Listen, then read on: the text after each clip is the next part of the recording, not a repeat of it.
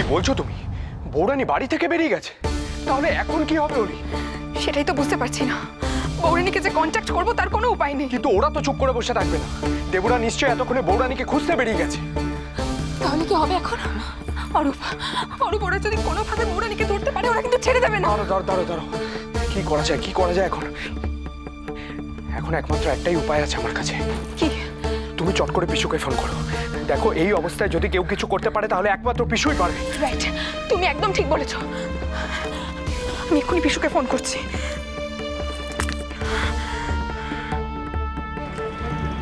হ্যাঁ অলি, বলো। পিসু, পিসু, খুব বড় একটা বিপদ হয়ে গেছে। কেন, কি হয়েছে?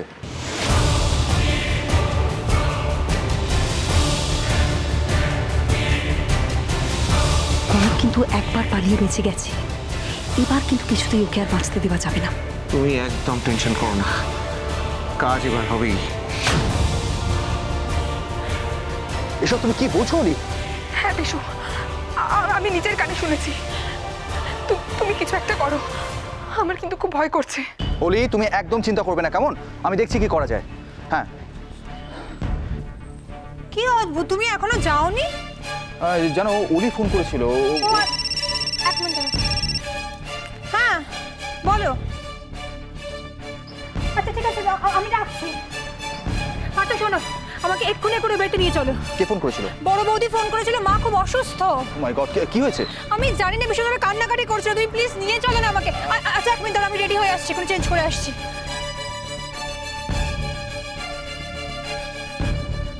মা হঠাৎ অসুস্থ হয়ে পড়লেন কেন?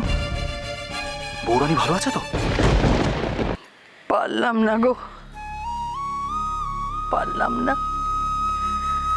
আমি মেয়েটাকে বাঁচাতে পারলাম না। আবার একটা অভিশাপ নেবে এলো এই বাড়িতে। মা শান্ত হন, আপনি এভাবে কথা বলবেন না। কিচ্ছু হয়নি, সব ঠিক হয়ে যাবে দেখবেন।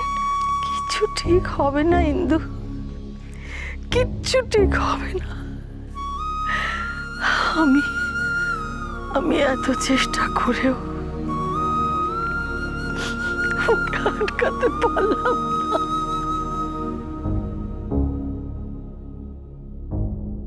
ঠাকুর, এরপরেও আমাকে কেন এখানে ফেলে রেখেছ? কেন তুলে নিচ্ছ না? আর কত সহ্য করতে হবে আমাকে?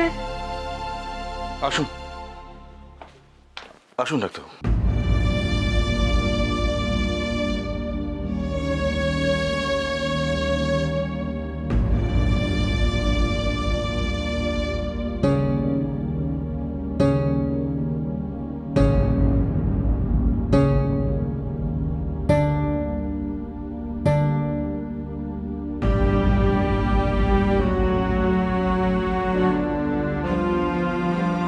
অলরেডি ওনার একটা মাইল অ্যাটাক হয়ে গেছে।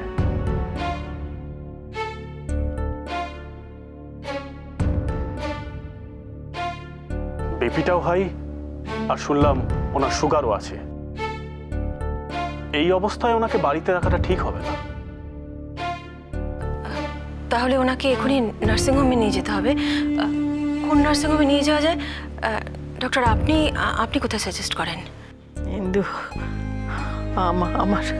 আমার সময় শেষ হয়ে এসছে, আর আমি বেশি দিন বাঁচতে চাই না। আপনি সব কি বলছেন মা? কিচ্ছু হয়নি আপনার। না, আমার কথা শোনো। আমার জীবনের শেষ কটা দিন আমাকে এই ঘরেই থাকতে দাও। তোমাদের থেকে আমাকে দূরে দূরে পাঠিয়ে দিও না। পেশেন্টের মনের যে অবস্থা, তাতে করে নার্সিংহোমে নিয়ে গিয়েও কোনো লাভ হবে না। কারণ বাঁচার ইচ্ছাটা চলে গেলে অনেক সময় ওষুধও ঠিকঠাক কাজ করে না। তাহলে আপনারা বরং ওনাকে বোঝানোর চেষ্টা করুন। আপাতত কিছু ওষুধ আমি লিখে দিয়ে যাচ্ছি, দরকার হলে পরে আমাকে ফোন করবেন।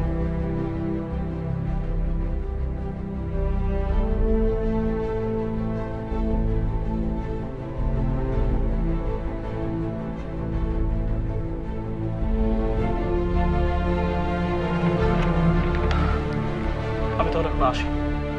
হ্যাঁ আসুন, আমি আপনাকে এগিয়ে দিচ্ছি।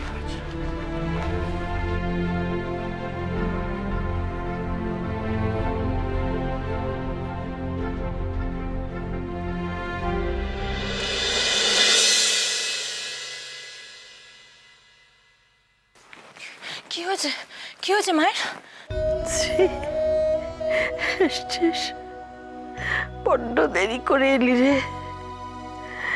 তুই আগে এলেও হয়তো আমি মেয়েটাকে আটকাতে পারতাম। মেয়েটাকে আটকাতে পারতেন মানে? আচ্ছা এসব এসব কি বলছে কি মা? কি হয়েছে মায়ের? ননিদি তোমরা তো কিছু বলো। আসলে মার জন্য একজন আয়া রাখা হয়েছিল, তো তাকে বের করে দেওয়ার পর থেকে মা এরকম।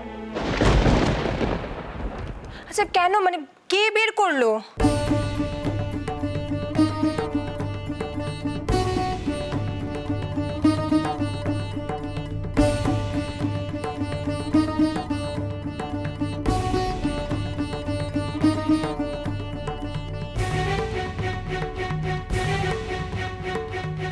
তাহলে এখন কোথায় আছে বুড়ানি? বুড়ানি এভাবে বাইরে যাওয়া মানে তো, না না, ইমিডিয়েটলি আমাকে কিছু একটা করতে হবে। আমি আপনাদের সবার কাছে মাপ চেয়ে নিচ্ছি। I am sorry. এই পরিস্থিতিতে একটা কথা আপনাদের বলছি, আমার না একটা ইম্পর্টেন্ট কাজ এসে পড়েছে, আমাকে একটু বেরোতে হবে। আরে কি বলছো পার্থ? কাজে যাবে, এত হেজিটেট করছো কেন? তুমি যাও, আমরা তো আছি এখানে। দাদা, যদি কোনো প্রয়োজন হয় আমাকে কিন্তু জানাবেন। হ্যাঁ হ্যাঁ হ্যাঁ নিশ্চয়ই, চিন্তা করো। আমি এলাম। হ্যাঁ আমি এলাম। আচ্ছা আচ্ছা।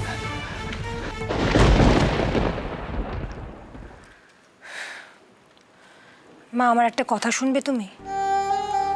দেখো আমি মানছি ব্যাপারটা অত্যন্ত অমানবিক একটা ব্যাপার, কিন্তু তার জন্য তুমি এরকম কেন করছো? তুই সেটা বুঝবি না শ্রী, আমি কাউকে সেটা বোঝাতে পারবো না। কেন বোঝাতে পারবে না মা? কে এসেছিল বাড়িতে? তাছাড়া শুধু মা নয়, ননিও এতটা ভেঙে পড়েছে কেন? ননি, তুমি একবার আমার ঘরে এসো তো, কথা আছে তোমার সাথে।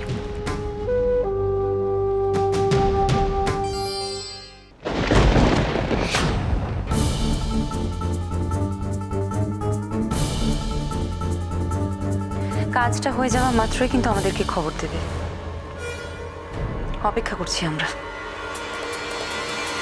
আমরা বললো না, তার মানে দাদার সঙ্গে আছে তিস্তা। তার মানে তো দুজনেই আমার খবরের জন্য ওয়েট করছে। দেখ আমি কি করব? তিস্তাই তো সেই সময় ফোন করে বসলো, না হলে এতক্ষণ আমি কনককে ধরে ফেলেছি। একবার দেখা হোক, চারটে কথা শুনিয়ে দিও। চারটে কথা শুনিয়ে কি করব আমি? হ্যাঁ, আমার চোখের সামনে দিয়েই তো খুশ হয়ে গেল। চারজন যদি শোনে তাহলে তো আমার একেবারে। এই রে, দেবতা তো এদিকেই আসছে, কি করবো এখন? ওকে যে করেই হোক আমাকে বাঁচাতে হবে।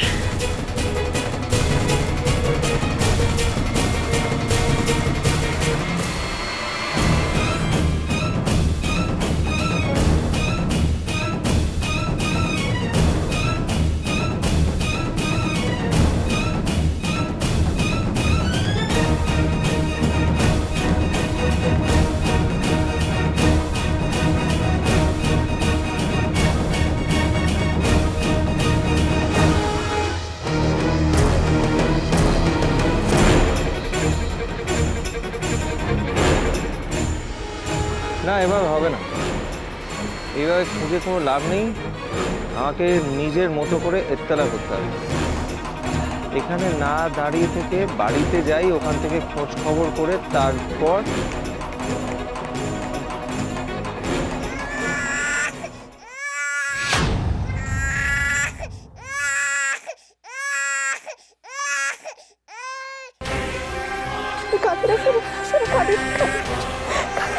এবার করো। থাপ্পা তো আমায় দিতেই হবে।